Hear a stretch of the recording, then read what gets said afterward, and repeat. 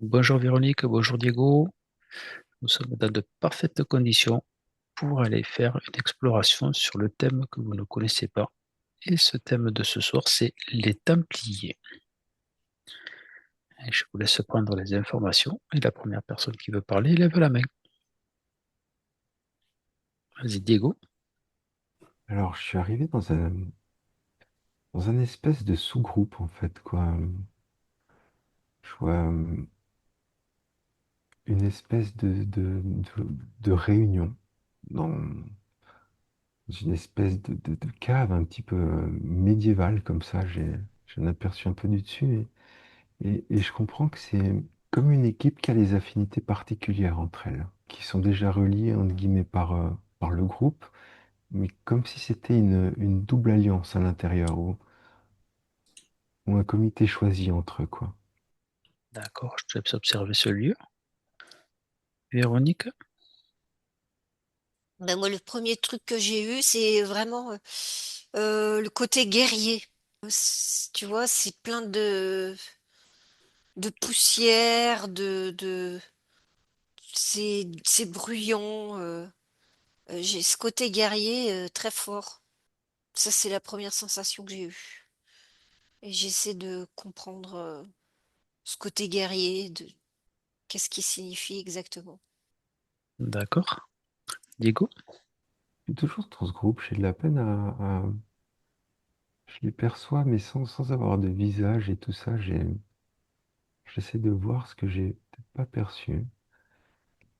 Pour moi, là, il y a une réunion, en fait, entre une poignée qui ont vraiment une affinité spécifique entre eux et une espèce de... Ils gèrent quelque chose à eux que les autres ne gèrent pas, en fait. D'accord.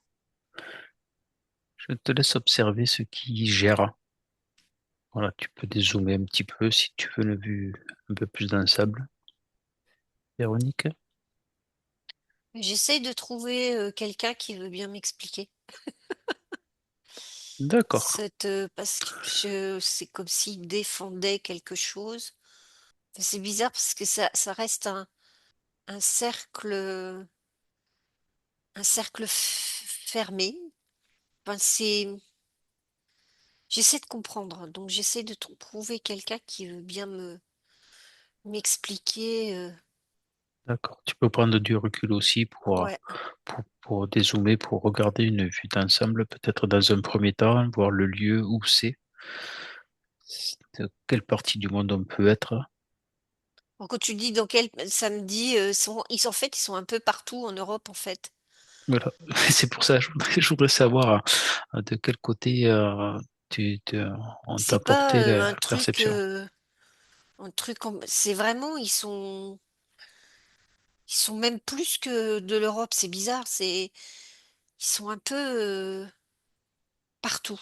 Alors peut-être déjà, si tu arrives à avoir quelqu'un, tu te demandes, tu vérifies que tout est OK. Et juste lui poser la première question, quel est le rôle réel de l'ordre du Temple? Diego? Alors, quand j'ai dézoomé, j'ai vu que c'était une sorte de réunion de crise, mais je sens quand même comme si c'était un groupe qui avait beaucoup de sagesse. Et en dézoomant finalement moi je suis dans une époque un petit peu médiévale, quoi. Je suis vraiment dans un château et quand t'as demandé où c'était, ça m'est comme une saveur, ça m'est venu Angleterre. En dézoomant, ce que je vois, cette réunion de crise, je vois qu'il y a un énorme feu en fait qui se rapproche, qui est à l'extérieur du château et pas très loin, mais c'est un feu énorme. Et je les vois en fait discuter hyper calmement, enfin, de ce bouillon qui arrive de cette... ouais, là, il y a une énergie vraiment de chaos, de guerre, ouais, peut-être quelque chose comme ça. D'accord. Parce que tu me décris, c'est pas eux qui font la guerre, mais c'est plutôt qu'on vient les chercher. Ouais, ouais, Ce serait plutôt ça. ouais, et eux, ils sont quand même dans une forme de... Je ressens quand même beaucoup de sagesse, en fait. Et puis, comme une mise en place d'une forme de stratégie, mais ce qui ressort vraiment, je sens que c'est hyper posé. D'accord. C'est décalé presque vis-à-vis de l'urgence. Alors, si je reviens, il gère les réunions de crise, on va dire, Ouais. pour savoir la suite à donner. Il germe avec le calme, j'ai l'impression. J'ai vraiment cette notion. Il se laisse pas envahir en fait par ça. D'accord. Intérieurement, il y a pas de. Ils sont pas. Ouais, ils se maîtrisent vraiment vis-à-vis de ça, ce groupe. D'accord. Moi, je te laisse observer. J'aimerais bien savoir qu'est-ce qui va se produire juste après que ce feu s'approche et qu'est-ce qu'ils ont décidé. Véronique? Alors moi, en fait, j'ai le mot gardien des portes. D'accord. C'est comme si on était à une époque où il y avait des portes qui étaient encore visibles et accessibles. Des portes qui t'emmènent dans un monde, dans une autre dimension, dans une espèce de monde de plus de sagesse quelque part, qui est pas cette dimension si lourde que dans laquelle on est nous et où ils sont entre deux en fait. Et donc ils ont accès à une espèce de savoir parce que ils ont accès à ces portes, je dirais multidimensionnelles. Donc il y en a partout. Et eux, c'est les gardiens. Et donc, c'est pour ça que je voyais comme du brouhaha, tu vois, des formes de guerre, parce que c'est très important qu'elles soient, ces portes gardées de façon juste et qu'elles ne soient pas comme profanées. Parce que il faut avoir un cœur pur, comme une initiation purificatrice. Tu peux pas aller avoir accès à ces portes comme ça. Et c'est ça qui leur a amené cette importance, je dirais. Ils ont accès à ce savoir, à un savoir qui date c'est comme ils avaient eu accès à des cultures vraiment extrêmement, extrêmement anciennes. Ça me parle même d'Atlante et que il y a des portes qui peuvent te faire voyager. T'as pas le droit tu peux pas utiliser ça n'importe comment. Et donc, eux, ils sont là vraiment pour protéger, pour protéger. Voilà. C'est pour ça que les Templiers, c'était vraiment des personnes sages, parce qu'ils devaient pas être, tu vois, dans un l'ego. Je veux pas dire qu'il était effacé, puisque ils étaient aussi dans cette matérialité. Mais ils savaient être dans leur justesse, en fait. Ils savaient être équanimes. Et c'est ça qui faisait que c'était vraiment des grands guerriers. Parce qu'ils faisaient pas les guerres n'importe comment. Ils s'étaient pas tués pour tuer. C'était vraiment, ils avaient une façon d'être imposante. Je sais pas, je les vois très très grands, hein. Je les vois vraiment grands. Il fallait qu'ils aient cette position imposante, tu vois, pour un peu, pas pour faire peur, mais pour faire respecter des lois de la nature, des lois de l'univers, pour que les gens ne fassent pas n'importe quoi. Ça apportait un espèce d'équilibre en fait. D'accord. Et il y avait évidemment, hein, ils connaissaient, je vais pas dire tous les secrets, mais je vois l'Église, des hommes et qui avaient eu accès aussi à ces secrets et qui voulaient en savoir plus parce que et là, c'est là où ça frotte en fait. Je sens que ça frotte. Ils essayent de tempérer tout ça pour pas que ça parte en vrille. Du coup, tu as commencé à deviner un petit peu ma question. Quels enseignements ou quels savoirs détiennent-ils? Diego? Moi, ça se rejoint sur quand même pas mal de choses. Là, j'ai pu avoir accès à cette table et en fait, ce que je ressentais comme cette espèce de calme total, c'est comme si je les voyais dans une forme de symbiose tout ensemble, tous ensemble avec les yeux fermés. Et, et j'avais cette image aussi par rapport à ce feu qui arrivait. Et je le voyais en fait s'atténuer au moment où ça se rapproche de ce lieu où ils sont. Comme si ça perdait en puissance. Et j'ai essayé d'aller voir à l'intérieur d'eux où ils étaient. Enfin, je ressens quand même de la magie, hein. Et j'ai l'impression qu'à l'intérieur d'eux, j'ai cette double image où je les vois dans le calme total, à l'extérieur et à l'intérieur, je vois vraiment des scènes de bataille d'eux-mêmes, comme si c'était presque par la pensée. Il y avait cette pensée qui était projetée, qui allait contre le feu, et je les voyais vraiment dans un environnement en fait de glace. Et ça rejoint, je les vois comme détenir et se réunir, entre guillemets, pour appliquer, utiliser une vieille magie, quoi, pour pouvoir combattre comme ça, en étant en même temps dans la paix et dans cette intériorité, entre guillemets, c'est comme s'ils se projetaient presque, en fait, j'ai l'impression, contre le feu, et je les vois eux, dans une forme de glace, pour répondre à ça. D'accord. Alors, tu me parles de leur protection, comment ils arrivent peut-être à combattre ce feu. Ils sont, eux, dans une forme de maîtrise de la glace, mais en fait, je les vois simplement. Je vois des images où je les vois se battre d'une manière très engagée, mais je vois pas l'ennemi. Comme si c'était dans le vide, mais je les vois ensemble et je vois que ce mouvement crée cette glace en fait. Et je les vois contrer ce feu avec cette pratique. D'accord. Tout à l'heure, tu m'as parlé qu'ils étaient prêts au départ. Est-ce que tu as pu avoir des informations là-dessus? Prêt au départ, Oui, tu m'as dit qu'ils étaient prêts au départ. alors de ce que j'ai perçu dans l'image, je dirais c'est vraiment ce côté où ils se sont réunis pour aller faire quelque chose maintenant. Parce que je les vois D'accord. comme dans une forme de... Je les vois comme physiquement dans cette pièce réunis et comme s'il y avait cette projection d'eux guerrière où ils se réunissaient. Donc ça colle avec ce départ depuis ce lieu pour moi, pour ce... D'accord. Mhm. D'accord, c'était ce départ-là. Est-ce qu'ils maîtrisent la magie? Et qu'est-ce qu'ils maîtrisent d'autre? Véronique, Je me rappelle plus ta question. qu'est-ce qu'ils enseignent? Alors, quel enseignement ou savoir détiennent-ils? Ben, en fait, ils ont des. Alors, c'est pas tout le monde, hein, parce qu'il y a plusieurs étages dans ce groupe, en fait. Mhm. Donc, je dirais à chaque porte, il y a quelqu'un qui détient, enfin, déjà qui est gardien de cette porte. Et donc, ils ont un savoir.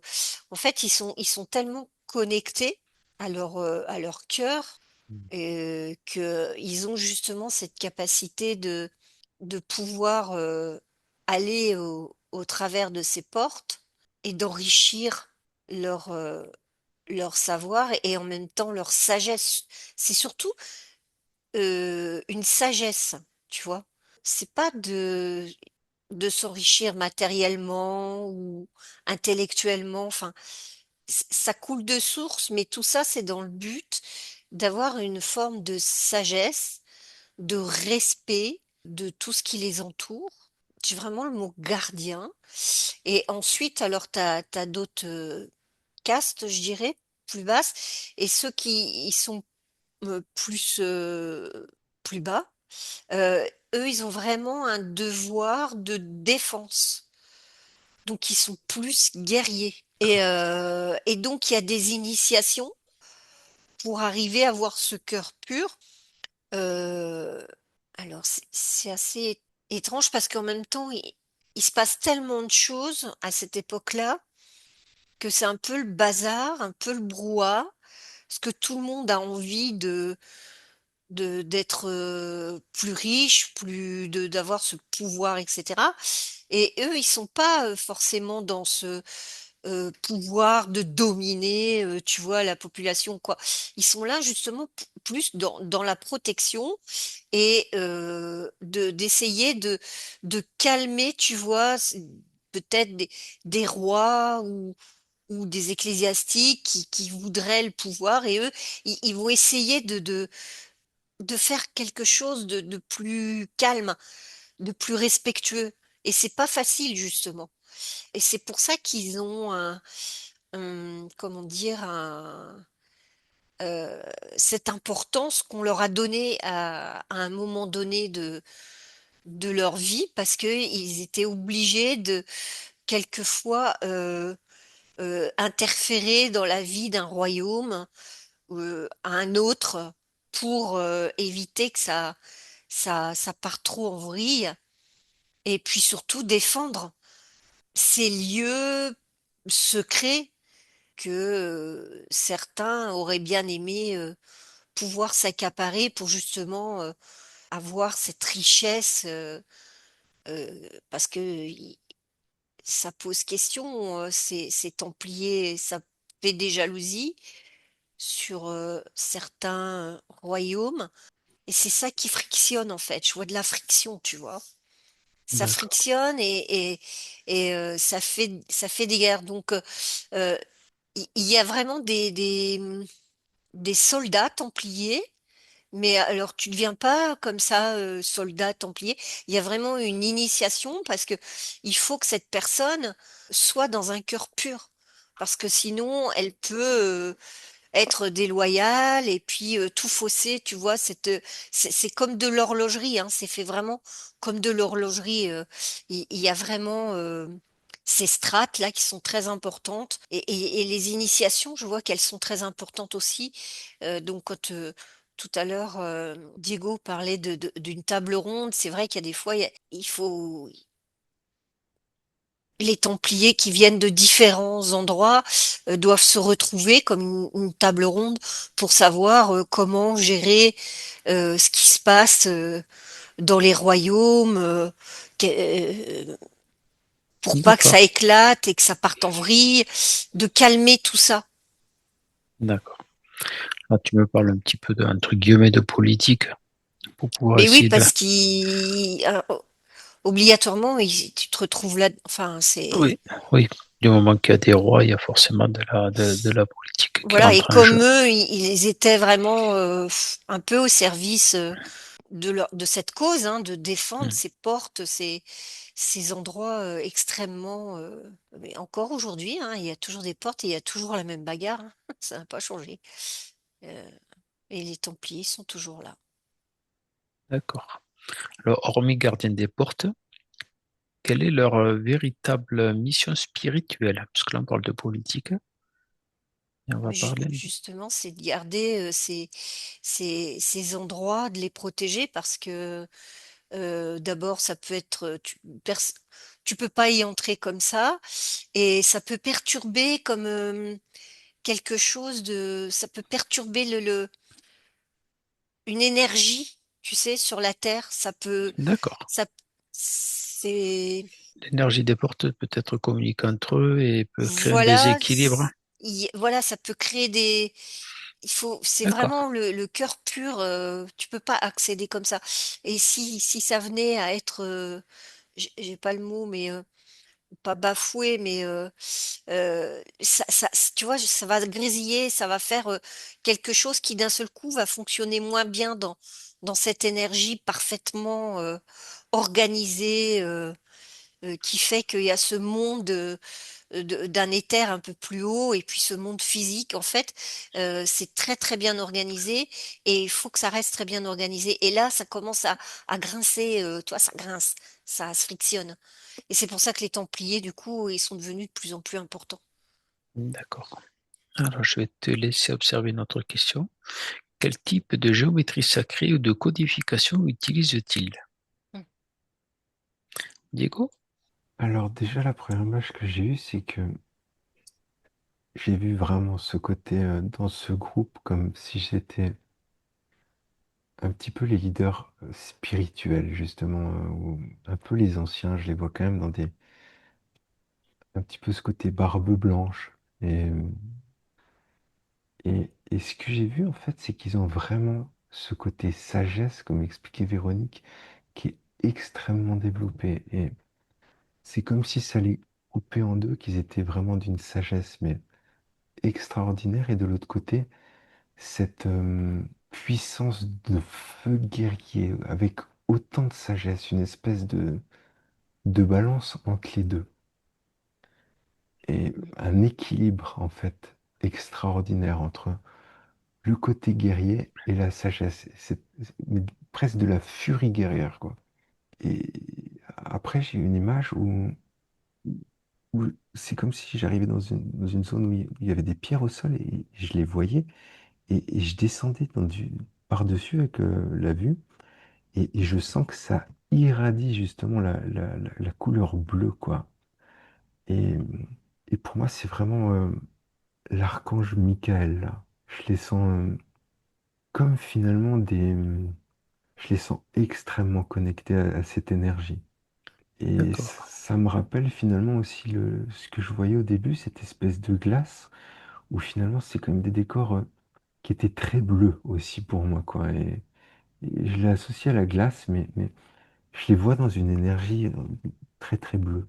Et ce groupe-là de sages, finalement, je voyais ce que disait Véronique, comme ces étages, en fait, finalement, ces cœurs purs qui suivent des cœurs purs, mais eux, ils ont un accès, entre guillemets, comme au subtil. Et c'est ce côté magicien, en fait, une espèce de conscience du subtil et le premier lien avec Michael.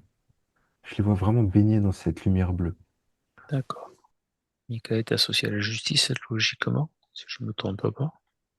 À D'accord, la est-ce que... guerre, ouais, ouais. Moi, je vois ce côté guerrier, mais juste, pour moi. D'accord, Ce côté, ouais, équilibré entre la sagesse et j'ai envie de dire le feu, même si on n'a pas là, mais ouais, le côté guerrier, quoi, vraiment. Guerrier pur. d'accord. Après, je vais te faire regarder dans ce groupe-là, quel est le sens de leur symbolique. Les croix de pâté, les sceaux, peut-être la construction. Je te laisse regarder. Et Véronique, Alors, tu me demandais les géométries sacrées. Quel type de géométrie sacrée ou les codifications qu'ils utilisaient. ben, ils en utilisent beaucoup. Ça fait partie de leurs outils. Après, ils vont pas te dire laquelle, celle-là, avec ça, parce que ça fait partie des initiations que tu dois faire pas à pas. Et D'accord, pour connaître, en fait, il y a une connaissance, il y a un apprentissage à faire de chaque, un déchiffrage, déchiffrer ces géométries sacrées, cette forme de mathématiques subtile, en fait, de universelle à passer, tu vois, c'est comme des passages. Et je sais pas, c'est comme si au fur et à mesure que tu apprends, il y a quelque chose qui se passe dans ton corps. Tu sais, c'est comme je vois une forme d'horlogerie, tu vois, tu as une géométrie sacrée, ou une forme, bon. Et et t'apprends qu'est-ce qu'elle signifie.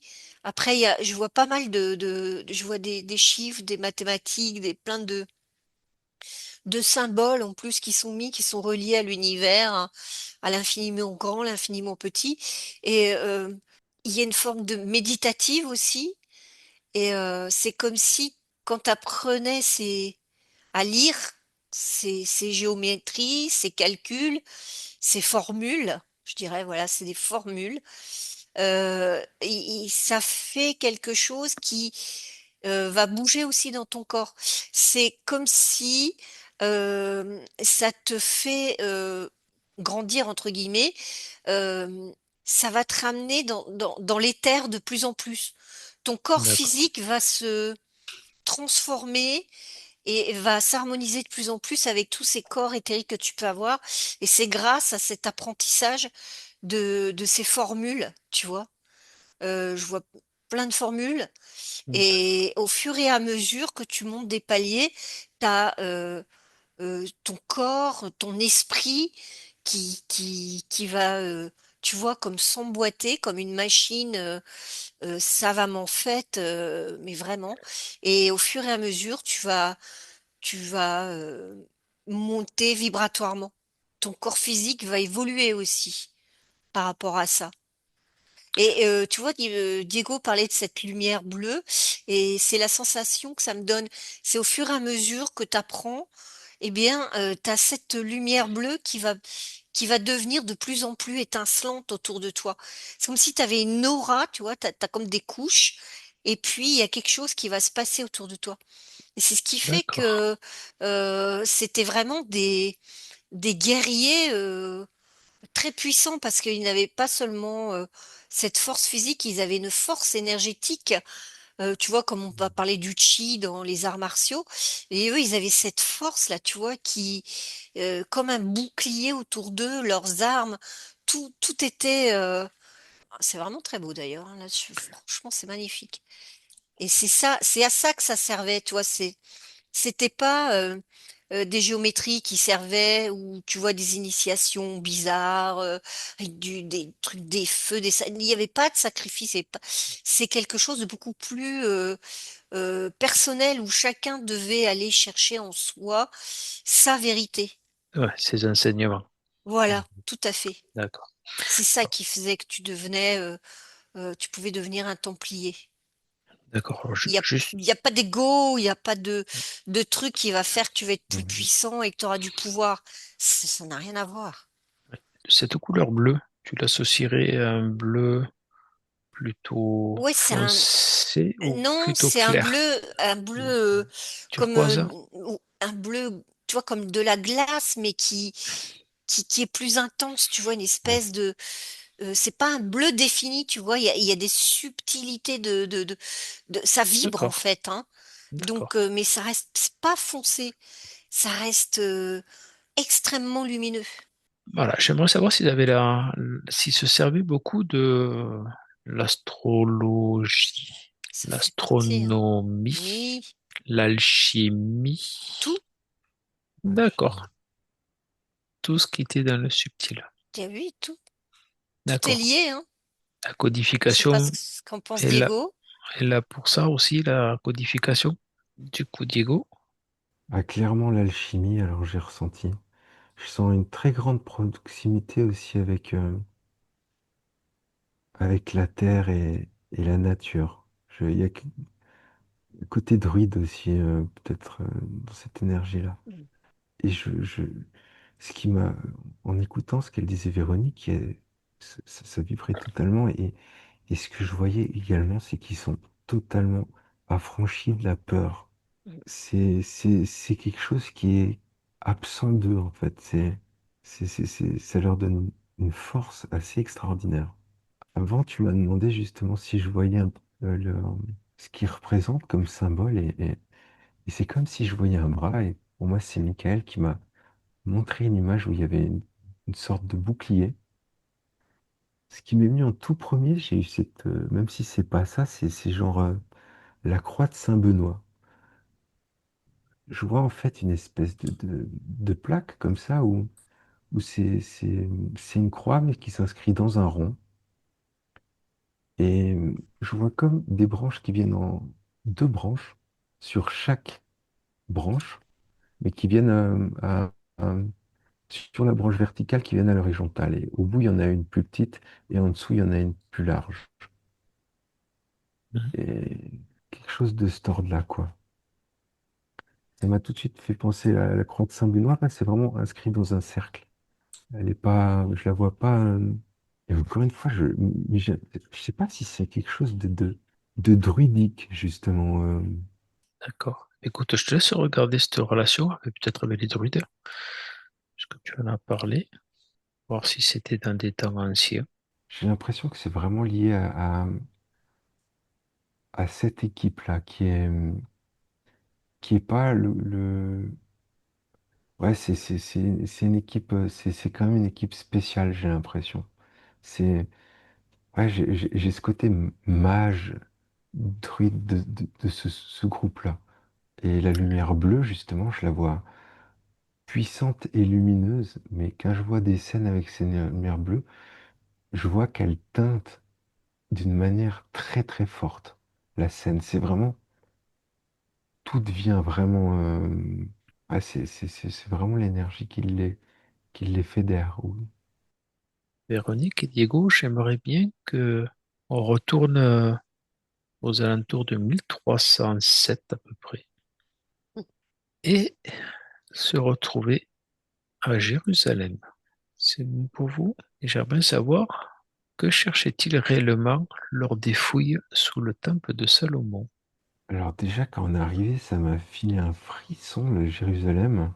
Ce que je perçois, c'est qu'il récupère une forme d'objet puissant pour pouvoir le garder. C'est une mise en sécurité de ce qu'il cherche. Je sais pas si c'est là, si c'est le mental, mais j'ai l'impression d'avoir vu une forme de calice en bois avec une structure métallique et en tout cas, je sens que c'est extrêmement bienveillant la démarche là. Je sens une responsabilité de leur part à pérenniser ça. D'accord. Alors, tu me parles de calice. J'aimerais bien savoir qui c'est qui a posé ce calice ou cet objet. Est-ce qu'il y a un nom qui vient ou autre?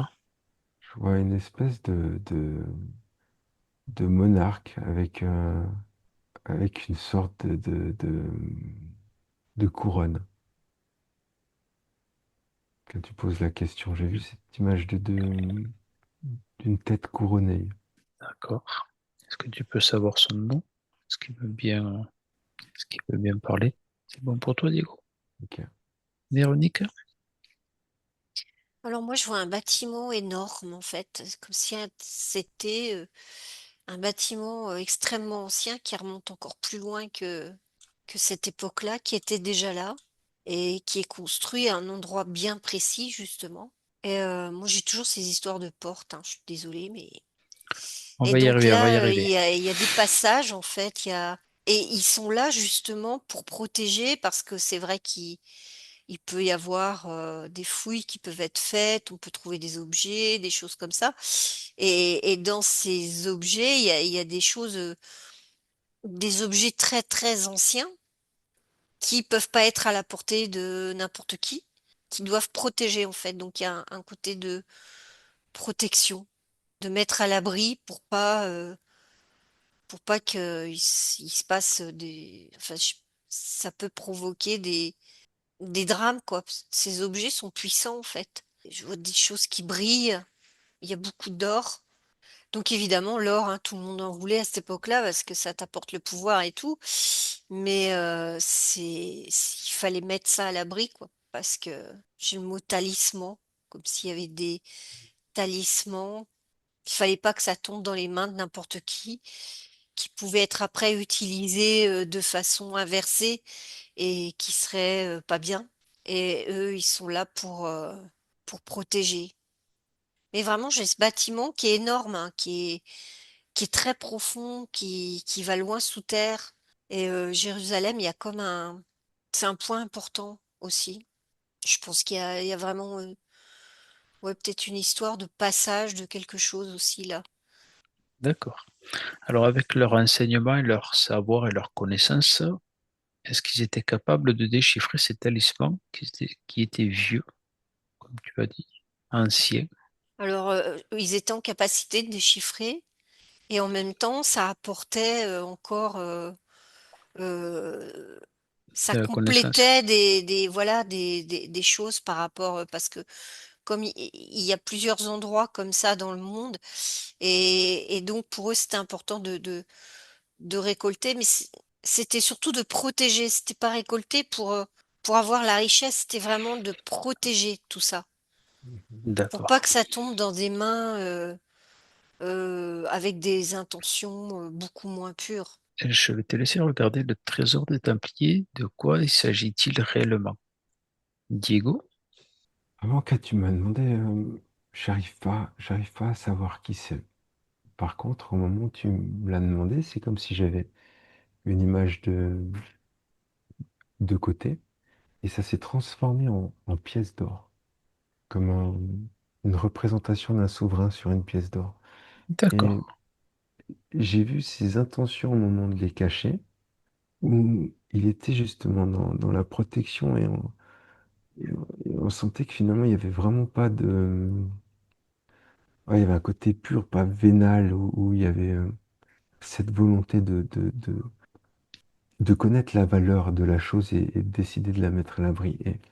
Et pour continuer après l'image, en fait, quand j'ai vu cette pièce d'or, je l'ai vu se transformer et je le vois tomber au sol et comme disparaître, comme si ça symbolisait en fait sa fin, qu'il l'a fait juste avant de disparaître et de tomber comme aux oubliettes sur le sol, dans la poussière et que gentiment elle a commencé à disparaître. Et j'ai eu une image après assez forte, c'est comme si j'ai vu une sorte de grande entité qui l'a attrapé d'une certaine manière et je l'ai vu en fait comme l'attraper et l'embrasser et disparaître à ce moment-là. C'est comme si ça faisait écho au moment où la pièce a touché le sol. C'était d'une manière subtile ce qui s'est passé.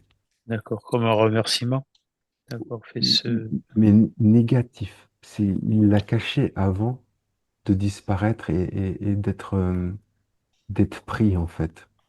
Parce que je n'ai pas compris la relation avec cette entité qui l'embrasse. C'est à quel moment qu'il l'embrasse.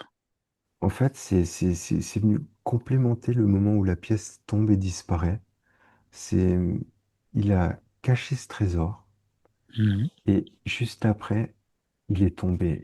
Quand j'ai regardé finalement cette fin symbolique de cette personne qui l'a caché à travers cette image de la pièce, j'ai vu une entité très grande en fait qui l'a pris dans les bras et qui l'a comme embrassé en fait D'accord. sur la bouche. Et quelque chose de cet ordre-là. Mais quelque chose de grand. Alors, je vais te faire regarder aussi le trésor des Templiers. De quoi s'agit-il réellement? Je te pose la même question. Véronique? C'est très vaste, hein, en fait. C'est pas que... Ce qu'on parle d'or, oui, évidemment, mais si tu veux, l'or, c'est un métal très important, pas seulement comme nous on le voit aujourd'hui, c'est un métal qui reflète l'énergie, en fait. Il y a quelque chose d'énergétique là-dedans.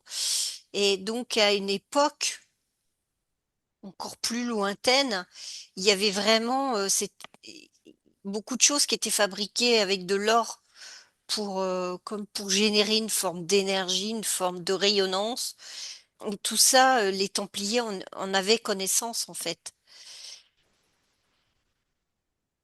Et donc eux, c'était vraiment pour protéger comme une forme de technologie, je dirais.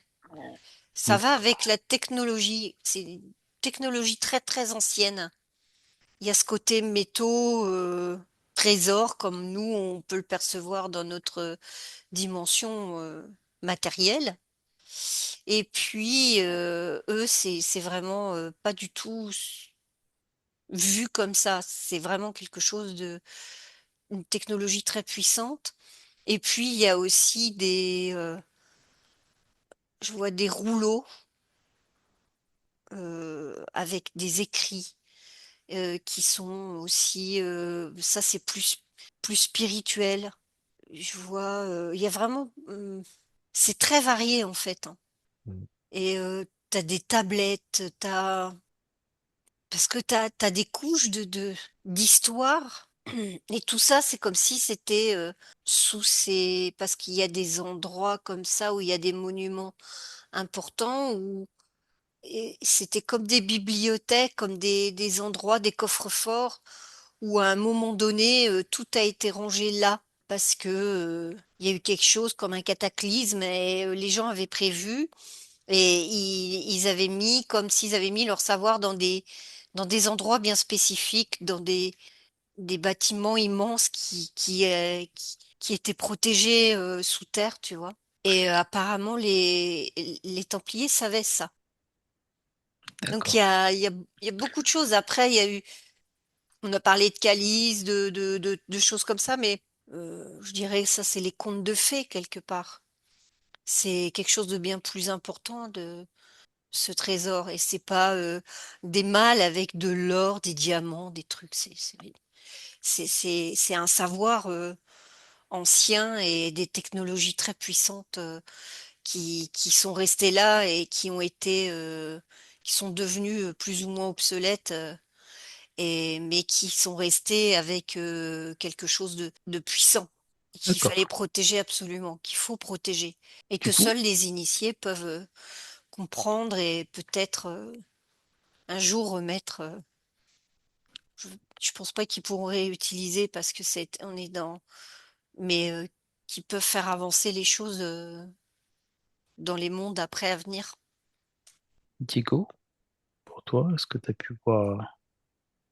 Alors, je voyais tout autour d'eux, comme expliquait Véronique, toutes ces choses au niveau matériel, que ce soit la richesse et toutes ces choses. Et en regardant depuis le centre, depuis eux, je vois que c'est des choses auxquelles ils accordent. Enfin, il y a vraiment une neutralité très présente sur ces objets-là.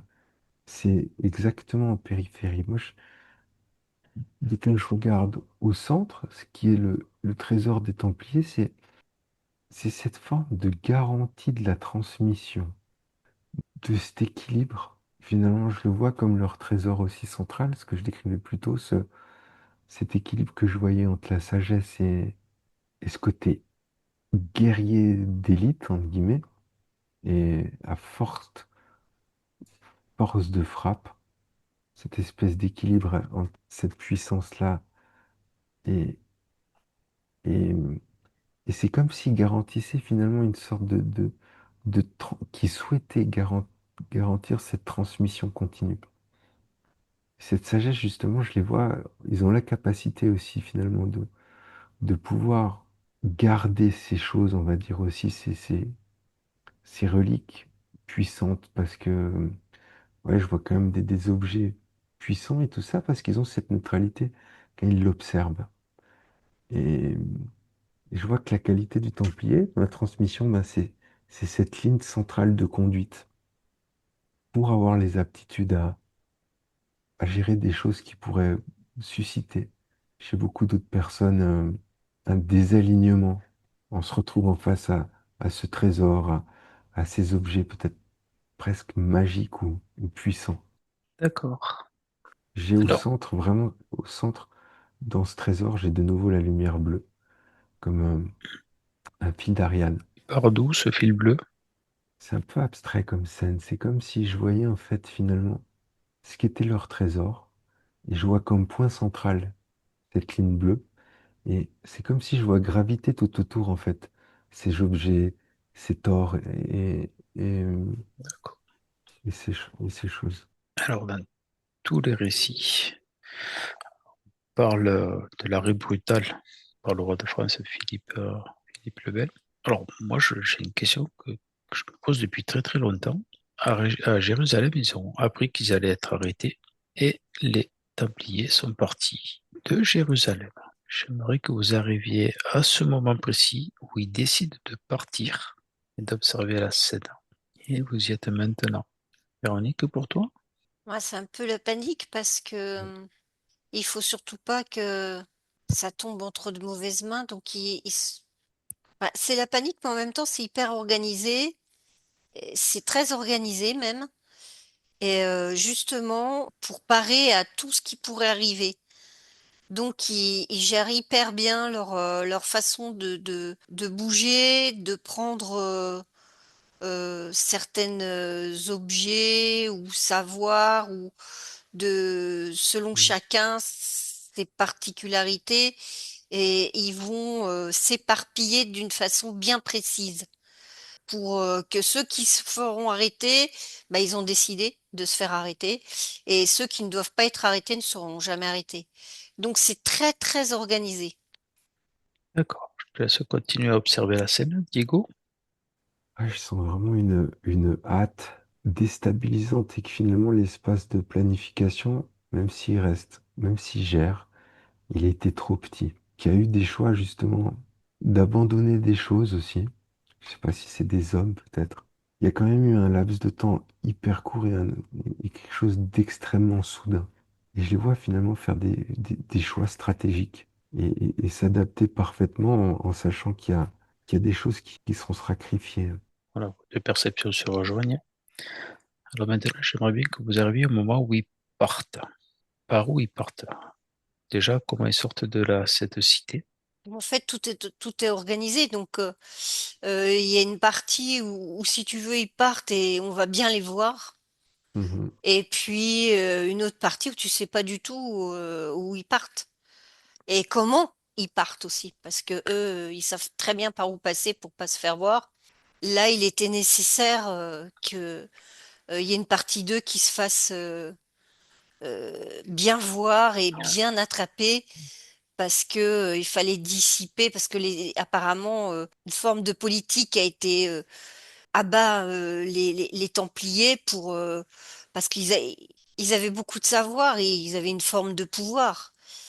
Et bon bah finalement, on sait très bien que l'homme, certains, ils ont soif de pouvoir, donc ils voulaient s'emparer de tout ça. Les Templiers le savaient très bien. Et donc, ils ont vraiment parfaitement organisé ça et ils ont fait croire qu'ils se sont fait prendre. Certains se sont fait prendre, D'accord. mais il restait beaucoup, enfin vraiment, ceux qui devaient être sauvés, le plus important, je dirais, le noyau, a été sauvé. Et après, les objets, les choses je sais pas, trésors comme nous, on peut l'imaginer, qui ont pu être, tout ça, c'était des appâts, en fait. Je te laisse continuer à observer avant la prochaine question. Diego, pour toi? Alors moi j'ai aussi vu cette grande porte en plein jour, totalement ouverte à toute la vue. Et, et je les vois finalement, ce qui est assez fort, en fait, c'est de voir à quel point ils restent dignes et finalement ils font. Et j'ai eu une autre image où je voyais de nuit grimper, et après du coup je suis monté par-dessus et je les ai vus comme partir d'un centre en étoile. J'ai vu deux cas précis, mais finalement et c'est comme si ça dessinait un symbole dans la ville, cette étoile, depuis dessus, dans leur manière de partir depuis le centre, comme ça. Et je le vois de nouveau avec... c'est comme si ça laissait un sillage bleu, finalement. Mhm. Et je les vois partir dans tous les sens, avec... ouais, je vois qu'il y a une urgence très très forte et un calme extraordinaire en même temps. Une maîtrise intérieure en fait où ils cèdent pas du tout à cette réelle urgence extérieure. Et ouais, je les vois comme même dans cette fuite précipitée, cette course, dessiner un motif vraiment organisé en fait. Cette étoile est comme si elle allait briller en partant. D'accord. Mais écoute, je te laisse dézoomer à hauteur peut-être de l'Europe, de la Russie, comme un planisphère, et regarder où ils sont allés s'implanter, où ces fils mènent. Tu veux que je te dise tout de suite, là, Ah ben vas-y. j'ai vu, je sais pas pourquoi, mais il y a un pays qui est ressorti. C'est comme si j'avais déjà une sensation au niveau du globe de le voir se diffuser. Mais ça s'est arrêté spécifiquement en Espagne. L'Espagne d'aujourd'hui ou l'Espagne de l'époque? Ben, alors ça, je sais pas, je vois vraiment cette forme-là où il y a le Portugal et je vois que c'est dans cet espace-là derrière, je crois, les Pyrénées, dans cette C'est zone-là. ça, c'est ça.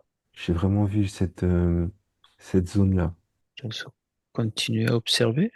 Si tu peux regarder le continent américain, juste pour une curiosité. Hum. Véronique, alors quand tu as pu observer, il y a autre chose que tu voudrais rajouter? Je te posais la question. Non, vas-y. Vu que c'est des gardiens des portes, est-ce qu'ils ont pris des portes? Non, les portes, elles restent là où elles sont. Oui, et elles peuvent rester, mais ils peuvent les passer. Oui, Est-ce qu'ils ont pu s'échapper avec ces portes énergétiques? oui. Avec Hmm. pas mal de choses, leur connaissance à travers les textes, les objets, leur technologie. Déjà, avec tout ce qu'ils ont appris, tout ce qu'ils sont, Ils ont pris des objets. Est-ce que l'objet peut traverser ce portail? oui, certains, mais pas tous. Il y a des choses qui doivent rester là où elles sont parce que sinon ça fait un déséquilibre en fait. Puis il y a des choses, c'est trop imposant. Du coup, en passant ces portes, où se trouve-t-il? Est-ce que c'est interdimensionnel? Est-ce que c'est énergétique? C'est les deux. D'accord. Est-ce que c'est du physique? Est-ce qu'ils ont pu traverser physiquement? Oui. D'accord. Est-ce qu'ils sont dans notre même dimension ou ils sont dans des plans supérieurs? Je te laisse chercher. Hmm. Diego, pour toi? Drôle parce que ça m'a fait penser à la diffusion de l'étoile, le fait aussi de passer sur ces portes. Et quand tu posais la question, c'est comme si c'était au départ au physique, à l'arrivée en physique et entre deux, pas physique. Pour revenir à ta question, en fait, c'est comme si je vois cette étoile qui continue d'avancer ou des branches. Et c'est comme si ça reste en mouvement d'une certaine manière, cette dynamique qu'il y a eu depuis ce... Et j'ai l'impression que quand tu m'as dit les États-Unis, c'est comme si je voyais une autre époque, mais je vois surtout traverser. J'ai l'impression qu'il y en a une, genre, peut-être qui s'arrête. Mais j'ai l'impression que c'est plutôt genre Canada ou en tout cas le nord. Le nord. C'est comme si en fait ils avaient jamais arrêté Il y en a celles qui sont arrêtées, oui, mais c'est comme s'il y avait toujours cette dynamique de mouvement de l'étoile qui continue à se dilater. Et ça me fait vraiment penser à un moment qui s'arrête pas. Parce que là, on est dans les années 1300. La découverte de l'Amérique a été découverte que quasiment 2 siècles après. C'est possible que ce soit pas au même temps. J'ai une D'accord, notion j'ai une notion, j'avais l'impression même que c'était plus proche, encore, ou plutôt plus loin. Il y a presque quelque chose de plus proche de maintenant que que du départ de l'étoile. d'accord. Bon, ouais, très bien. Est-ce que les Templiers existent toujours dans notre temps? Ça me dit oui. Ouais, moi aussi. Est-ce qu'ils ont le même niveau de connaissance que à cette époque-là? C'est toujours la même étoile, mais il y a beaucoup, beaucoup moins de branches. Hmm. Mais le mouvement de continuité, de, de diffusion, de mouvement, il est toujours là. Mais c'est clair que ça a été amputé énormément.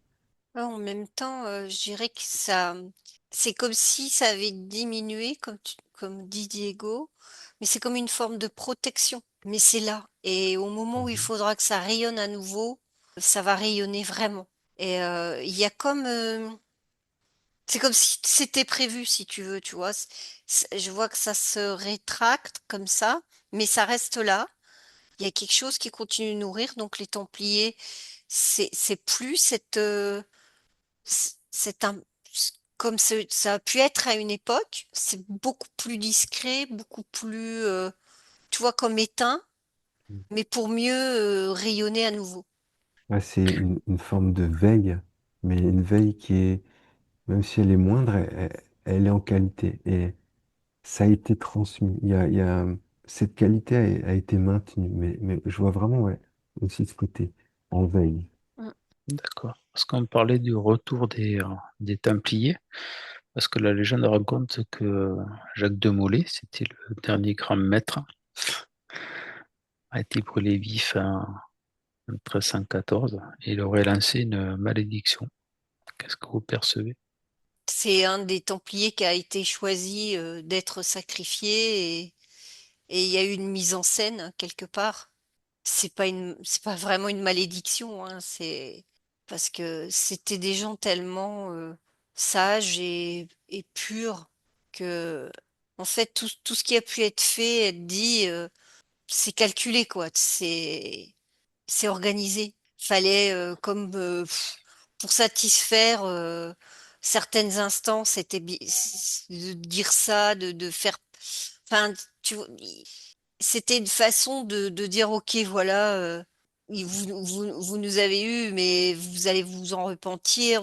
Enfin, c'est une histoire qui a été fabriquée, en fait. Diego, pour toi? Moi, j'ai l'impression de percevoir une forme de prédiction, plutôt comme s'il avait eu accès à un rééquilibrage à un moment où, ouais, je sais pas, je le vois comme s'il avait eu accès à une information et qu'il a pu comme si ouais, il a fait une forme de prédiction plutôt en fait qu'une malédiction. D'accord. Et comme s'il avait eu accès à une information ou à une scène ou quelque chose qui allait se passer beaucoup plus tard après sa disparition. Alors, j'aimerais bien que cette prédiction soit claire, hein, et qu'elle puisse t'arriver maintenant, que tu peux me dire la prédiction. Moi, ce que j'ai eu, j'ai ressenti le soleil. C'est le soleil qui m'est venu. Je sais pas pourquoi. D'accord. Si c'est un signe alchimique, ceux qui ont le savoir pourront le déchiffrer. S'il veut bien me le partager, ça, ça m'aiderait aussi. Très bien. Est-ce que Véronique, Diego, vous voulez rajouter quelque chose? Il y a une forme de transmutation, ouais, ça me dit quelque chose en alchimique. C'est comme si ça allait nettoyer, comme si ça allait rétablir une forme de vérité. Et c'est comme si le soleil amenait vraiment une espèce ouais, rétablir quelque chose qui a pas été juste en fait. Et L'équilibre. un équilibre, mais je sens une force pour force qui vient vraiment genre rétablir la vérité, ouais. D'accord. Et Des révélations peut-être? une révélation, mais qui se passe plus par le nettoyage du faux, pour laisser apparaître le vrai dans cette idée-là. C'est comme si on enlevait des couches plutôt qu'on rajoute une précision. Des éclaircissements. Un éclaircissement, une épuration ouais. D'accord. Révéler des vérités. D'accord. Merci Diego. Véronique?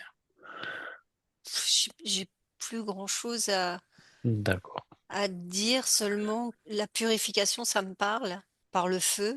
Je vois le cœur comme si il s'enflammait et que en chacun de nous, il y a une part de tout ça et c'est à chacun de bien ouvrir son cœur, regarder son intérieur et voir cette petite flamme bleue, cette petite lumière bleue qui est en chacun de nous et Hmm. qui va peut-être faire renaître quelque chose d'extraordinaire. Hmm. Si je te pose la question, Véronique, que veulent-ils transmettre aux humains modernes? Ça me dit la sagesse. Hmm. Diego, ok, ça. C'est la sagesse et c'est ce point d'équilibre Mm, entre la sagesse et, et le guerrier, comme je voyais avant. mm. C'est tellement, ouais, c'est cette réunification équilibrée entre ces deux espaces, au sein d'eux-mêmes, pour tout le monde. D'accord, c'est déjà un beau message. Est-ce qu'ils ont quelque chose à nous communiquer?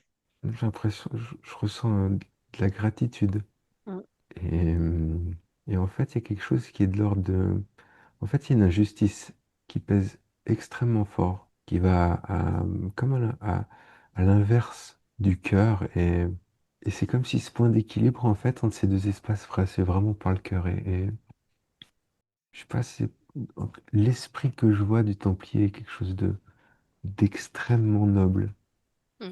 Moi, je sens comme un souffle, tu sais, qui passe. Mhm. C'est le fait d'avoir essayé de comprendre qui ils étaient. Je pense que ça a peut-être ouvert des esprits parce que dans la matérialité où on est, quand on parle des Templiers, on voit beaucoup des guerriers, enfin. Et en fait, on n'a pas vu ce côté sage, cet équilibre, ce côté gardien, en fait. Et tu vois, et du coup, ça fait comme un souffle, comme si ça allait souffler sur tout le monde, comme si ça allait nous apporter une espèce de paix. Et du coup, ça ouvre les yeux sur une forme de vérité, une forme d'amour inconditionnel, de calme, d'histoire qui nous semblait très perturbée. Et en fait, ces gens, ce groupe de personnes, enfin, c'est vraiment les gardiens, tu vois. Je vois vraiment un peu comme disait au début de l'enquête Diego qui parlait de l'archange Michael. Je vois vraiment ce chevalier habillé avec cette armure, mais de lumière en fait, tu vois. Mhm. On dirait une armure en métal, mais en fait c'est de la lumière pure. Avec son bâton, tu vois, bien planté, donc il est extrêmement parfaitement ancré entre le ciel et terre, et dans cette sagesse vraiment puissante, et cette lumière qui émane de d'eux, quoi. C'est vraiment ça que je vois moi. Ouais, c'est Et là, c'est comme si ça les mettait en paix. Tu vois, je sens quelque chose ici au niveau de mon plexus.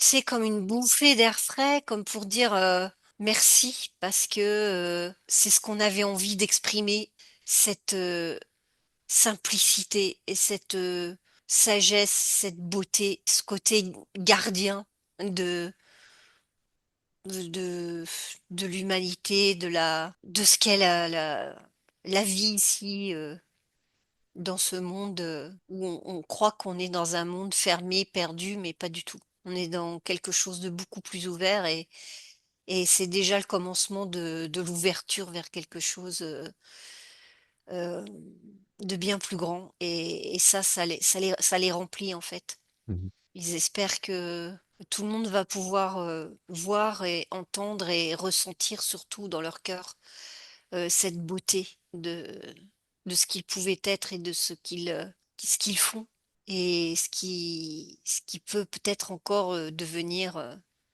à venir, de ce qui aura à venir encore. D'accord. C'est très émouvant, c'est très beau. En tout cas, moi, ça me remplit de quelque chose de très agréable, très pur, enfin très agréable.